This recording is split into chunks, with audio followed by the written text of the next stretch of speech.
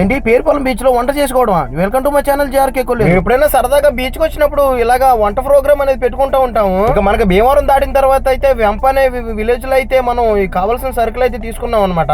వెళ్ళేది నలుగురైనా మంచి హడావిడిగా వెళ్తూ ఉంటాం మేము. ఇంకా వీడొచ్చేసి వీడి పేరు మార్క్ రాజ్ అనమాట. ఇలాంటి టైంలోనే డ్రైవింగ్ అనేది బయట పెడుతూ ఉంటాడు మావాడు. ఇంకా ఈ ఊరు దాటిన తర్వాత అయితే ఇంకా బీచ్ అయితే వచ్చేస్తుంది డైరెక్ట్ గా. ఇంకా మనకు కావాల్సిన సరుకులు అయితే ఇక్కడే తీసుకోవాలి. ఎప్పుడైనా 10 మంది వెళ్దామని బ్యాచ్ ప్లాన్ చేసినప్పుడు అది ఖచ్చితంగా కుదరదు.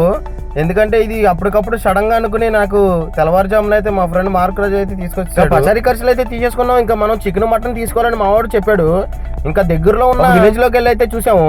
ఇంకా చూడండి ఈ చేపలు అయితే లైవ్ చేపలు అని చెప్పి మనోడు అమ్ముతున్నాడు. కేజీ 250 రూపాయలంట. ఇంకా మనోళ్ళు ఇది కాదని చెప్పి మటన్ తీసుకుందాం అని ప్లాన్ చేశారు. మటన్ అయితే కేవలం కేజీ 1000 రూపాయలు మాత్రమే చెప్పాడు. మనోడు కోటుడికే ఇవ్వాలండి 1000 రూపాయలు, అంత బాగా కొట్టాడు. ఒక పక్కనైతే మావాడు దానికి కావాల్సిన వెజిటేబుల్స్ అయితే తీసుకుంటున్నాడు. ఇంకో పక్క అయితే నేనైతే మటన్ తిననని చెప్పాను. కేవలం నా కోసం అయితే మళ్ళీ ఓ పక్కంట చికెన్ అనేది కొట్టిస్తున్నారు అనమాట.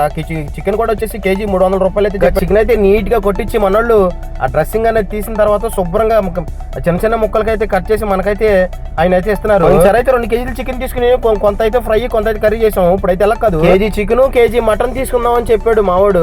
ఈ దగ్గర విలేజ్ లో అయితే ఇవన్నీ తీసుకుంటున్నాం చికెన్ అనమాట. ఇంకా మనోళ్ళు అయితే వాటర్ కైనా తీసుకుని బండి అయితే రివర్స్ చేసుకుని నా దగ్గరికి అయితే వచ్చారు. ఇంకా మనం లోపల డిస్కషన్ ఏంటంటే, అరే చికెన్ తీసుకున్నాం, మటన్ తీసుకున్నాం, ఇంకా తీసుకోవాల్సిన చాలా ఉన్నాయి అని చెప్పి చికెన్ తీసుకున్నాం, మటన్ తీసుకున్నాం, ఇంకా చాలా వస్తువులు తీసుకోవాలన్నాడు మావాడు. ఏంటని చూస్తే అసలైన వంట సామాగ్రి అయితే తీసుకోవాలి. ఇంతలోపే నాకైతే మావాడు కిస్మిస్లు కావాలని చెప్పాడు.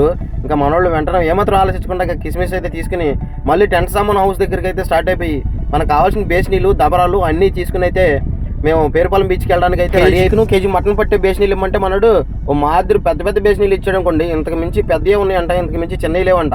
ఇంకా మనోడు నెత్తికి అయితే దానికి సంబంధించిన కుర్పీను పైన మూతలు అయితే ఇచ్చాడు.